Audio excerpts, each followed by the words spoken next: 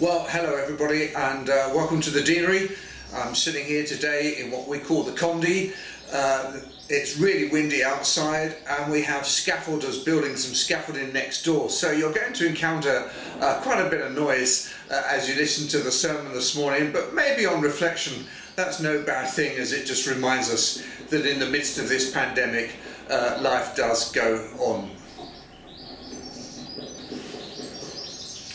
Of course, we've heard over and over again the message, stay at home. But for some people, of course, that has been impossible.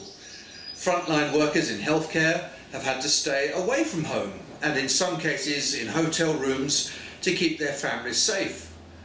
Others have been stranded abroad and have been unable to come home. And still others who live on the mainland have not been able to visit family here in the island. It was my son's birthday this week, for example, and we would love to have seen him, but that was just not possible. Of course, one needs to keep some perspective on all of that. When Emma and I lived in Zimbabwe, we saw family and friends once a year, if we were lucky, or unlucky. And in some cases, we didn't see them at all for the 3 years that we lived there. Interestingly, coming home is a theme that is shot through the scriptures in both the Old and New Testaments. We've heard a lot about the language of exile during this pandemic, as we've been unable to enjoy the usual places of worship and have found ourselves in a strange land. And for many of us, we might echo the great exile psalm, Psalm 137, which says, "How can we sing the songs of the Lord while in a strange land?"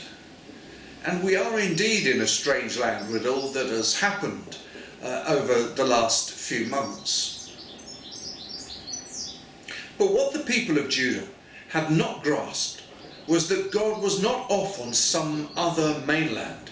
His presence wasn't confined to Zion, back home where everything was familiar and comfortable. God was present in the unexpected. He was right there in the change, in the unknowing and the uncertainty, in the foreign and unfamiliar landscape around them, by the rivers of Babylon. And we would echo that. God is where we have not expected him to be. That, of course, is one of the great proclamations of the Easter message. People look for Jesus in a tomb, and he's not there. And people don't expect him to be where he is, outside the tomb, along the Emmaus Road, in a locked room full of fearful disciples, on the lake shore. And yet there he is, and he gives meaning to what is an alien experience, an alien landscape. And in this pandemic, we have found ourselves removed from the familiar places of worship, and frankly, a lot of ink has been spilt on that subject. Should the archbishops have closed the churches up and down the country? To which my answer is yes, of course. It has been important to follow government advice and to minimise the risk to those who are vulnerable, and they will remain closed until we can balance that risk, if you like. But here's the thing. We have discovered God present in other places and ways where perhaps we haven't looked before. By our own rivers of Babylon, if you like. I mean, how amazing is it that almost without exception, every church up and down the land, including Jersey, has noticed an increasing numbers accessing worship online. One church in the island has had a 30-fold increase in people watching his services online. 30-fold. And it isn't one of the big churches either, before you start wondering and guessing which one it is. I do wonder, what is that telling us? And whilst commentators have bemoaned the fact that our church buildings are closed, others have found that they are reaching people in a new way. That people who have not been to church for years are making those first tentative steps back to God. There has been a surge in searches online for how to pray. people are in essence looking to come home, back to God.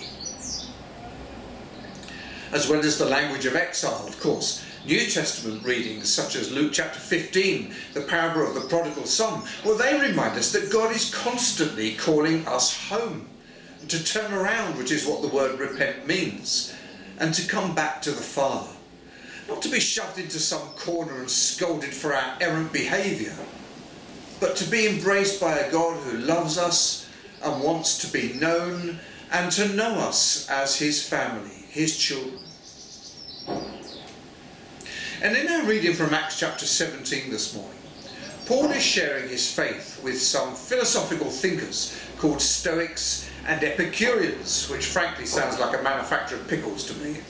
But Epicureans basically believed that pleasure was the chief end in life, and the gods, whoever or whatever they may be, are disinterested in us. So, live your own life, pursue your own pleasures, avoid pain and suffering, and at the end you will go back to the atoms from which you were made.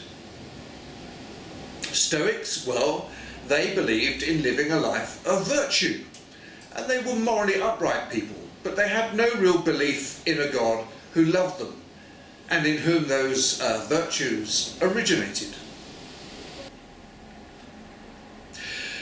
In some ways, those two worldviews, live my own life, pursue pleasure, and be ethical and moral but without a foundation of faith, they describe so much of our culture today in which we find ourselves.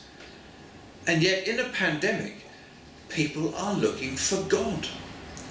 Rowan Williams, former Archbishop of Canterbury, who recently visited Jersey, said, "The pandemic has triggered a historic spiritual moment, and that is a response to feelings of disorientation, fragility and fear caused by the crisis." And Paul himself notes that in Athens there was an altar to an unknown God. And have you ever wondered why? Was it to hedge their bets? Was it fear? Or was it that these philosophical thinkers knew that deep down something was missing? They didn't have all the answers to the questions of life. And so Paul explains that the unknown God is in fact knowable. He is the one who created with purpose. He is the one who wants us to seek him and to reach out to him as he reaches out to us. It is in him that we live and move and have our being. In essence, Paul is calling the people of Athens to come home, to come back to God, to know him. Later in this communion service I will use these words: "Father of all, we give you thanks and praise that when we were still far off, you met us in your Son and brought us home." So I want to say to those of you who are Christians and who feel a little bit in exile because we are still unable to come back into our churches, look to see how God is working in your own life and in our communities, in the creative ways people are talking about God and sharing their faith in these odd times in which we are living. And use this time to come home, to come back to the one in whom we live and move and have our being. Reflect on what that phrase means. What does it mean for me to live and move and have my being in God the Father? And to those of you who are seeking for something more in life, who look at your own altar of the unknown God and wonder who he is and what he's like, and even if he exists, then I want to say to you, go and read Luke chapter 15, verses 11 to 32, the parable of the prodigal son. Turn around, come home, and know God.